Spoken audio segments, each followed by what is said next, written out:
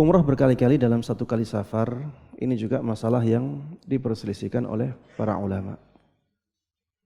Yang jelas di zaman Nabi Muhammad SAW tidak ada umrah lebih dari satu kali kecuali yang dilakukan oleh Ibunda Aisyah radhiyallahu taala anha. Kita tidak dapat satu pun sahabat Nabi radhiyallahu taala anhum yang melakukan umrah lebih dari satu kali dalam satu kali perjalanan kecuali Ibunda Aisyah. Ibunda Aisyah radhiyallahu taala anha keadaannya waktu itu memang sebenarnya ingin seperti sahabat yang lainnya. Jadi ingin haji tamattu. Haji tamattu itu melakukan umrah dahulu sampai selesai, tahallul, ya, halal lagi. Kemudian setelah itu di tanggal 8 ya ihram. Ihram untuk haji. Jadi ihram untuk umrah terpisah dengan ihram untuk haji. Ibadah umrahnya benar-benar terpisah dengan ibadah hajinya. Sebenarnya yang diinginkan oleh Ibunda Aisyah radhiyallahu taala anha adalah yang seperti ini, sebagaimana para sahabat melakukan. Qadarullah ma syaa fa'al. Ibunda Aisyah radhiyallahu taala anha ya kedatangan haidnya. Kedatangan haidnya sehingga menjadikan beliau terpaksa hajinya harus qiran. Bagaimana haji qiran itu? Haji qiran itu haji yang menggabungkan antara umrah dan haji. Jadi niatnya dua tapi amalannya satu. Niatnya dua tapi amalannya satu. Kenapa sampai seperti itu? Karena haidnya tadi. Karena beliau haid, akhirnya beliau tidak bisa menyelesaikan umrahnya. Beliau nggak bisa tawaf, nggak bisa sa'i, nggak bisa tahallul. Sampai hari di mana orang-orang memulai ibadah hajinya. Akhirnya, ya caranya dengan menggabungkan antara umrah dan hajinya. Jadilah haji qiran. Setelah selesai ibadah haji, Ibunda Aisyah radhiyallahu taala anha mengatakan, wahai Rasulullah, orang-orang mereka dapat umrah, mereka dapat haji, aku dapat haji aja. Walaupun sebenarnya qiran itu juga bernilai umrah juga. Tapi maksud beliau mereka berumrah dengan cara terpisah, ya aku kok nggak bisa. Beliau berkali-kali meminta kepada Nabi kita Muhammad sallallahu alaihi wasallam izin untuk melakukan ibadah umrah. Setelah berkali-kali meminta, akhirnya Rasulullah SAW izinkan agar hati beliau tenang. Dan diizinkanlah. Diizinkan untuk ke Tan'im. Tan'im itu bukan miqat jamaah. Kenapa ke Tan'im? Karena Tan'im itu tempat yang paling dekat dari tanah yang bukan tanah haram. Karena orang yang umrah, yang dari tanah haram, dia harus keluar ke tanah yang bukan tanah haram. Dia harus keluar dari tanah suci Makkah. Dan yang paling dekat ketika itu bagi baginda atau Ibunda Aisyah radhiyallahu taala anha adalah Tan'im. Maka Ibunda Aisyah ke sana diantar oleh Abdurrahman. Sahabat Abdurrahman ini saudaranya Ibunda Aisyah. Abdurrahman ibn Abi Bakar.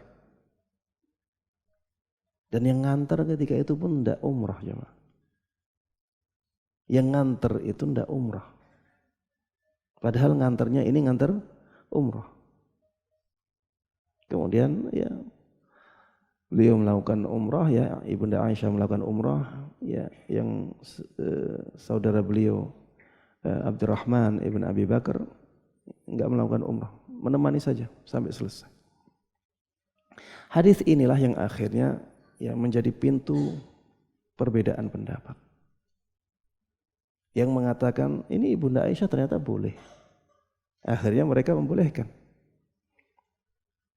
Yang tidak membolehkan mengatakan itu sahabat Abdurrahman enggak umrah. Berarti enggak boleh. Yang membolehkan akhirnya berbeda pendapat lagi. Ada yang mengatakan boleh. Tapi harus ketika rambutnya sudah tumbuh lagi. Jedanya apa? Sampai rambutnya tumbuh lagi. Tidak boleh berkali-kali ya, padahal rambutnya belum tumbuh. Ada lagi yang memberikan perincian-perincian yang lainnya. Ya intinya jemaah, kalau kita melihat kisah ini, kita bisa mengambil kesimpulan bahwa yang lebih afdal itu tidak mengulang-ulang. Yang lebih afdal apa? Tidak mengulang-ulang. Kenapa? Karena tidak ada yang seperti itu selain Ibunda Aisyah. Dan Ibunda Aisyah melakukannya pun karena ada peristiwa khusus yang terjadi pada beliau.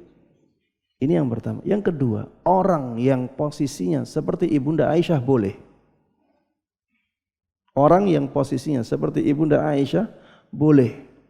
Tapi tetap saja yang lebih afdal tidak seperti itu.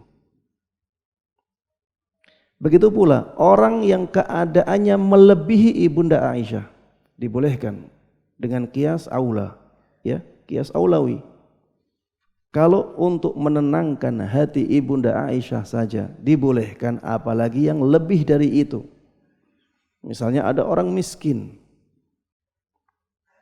Orang miskin berhaji. Mungkin hajinya ini sekali saja. Setelah ini tidak ada harapan untuk haji lagi. Datang dari Indonesia sampai ke sana. Kemudian dia ingin menghajikan ayahnya. Tidak haji untuk dia ingin mengumrahkan ayahnya. Karena ayahnya tidak pernah haji, tidak pernah umrah, bahkan tidak pernah bermimpi untuk itu. Dan dia bisa. Dan bisanya pun dia cuma sekali ini saja. Setelah itu mungkin sampai meninggal nggak bisa lagi. Karena saking miskinnya. Orang yang seperti ini kebutuhannya untuk mengumrahkan ayahnya itu lebih besar daripada kebutuhan Ibunda Aisyah radhiyallahu taala anha umrah untuk dirinya. Maka yang seperti ini ana melihat juga dibolehkan. Boleh bagi dia untuk mengumrahkan ayahnya karena kebutuhan yang lebih besar. Kalau kepada Ibunda Aisyah, Rasulullah sallallahu alaihi wasallam membolehkan, apalagi kalau yang atau kepada orang yang seperti ini. Ya jadi hukum asalnya itu lebih baik tidak mengulang-ulang umrah. Untuk yang keadaannya seperti Ibunda Aisyah radhiyallahu taala anha, maka dibolehkan. Haji qadarullah ma syaa fa'al, ternyata haid. Sampai waktu haji tanggal 8 Dzulhijjah masih haid. Maka masukkan umrahnya ke hajinya menjadi haji qiran. Kemudian setelah itu dia boleh untuk berumrah sebagaimana Ibunda Aisyah radhiyallahu taala anha, tapi kita katakan yang lebih afdal tidak seperti itu.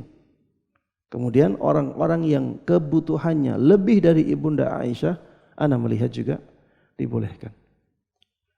Ya, dengan dalil qiyas aulawi. Umroh nyaman, penuh hikmah di atas sunnah.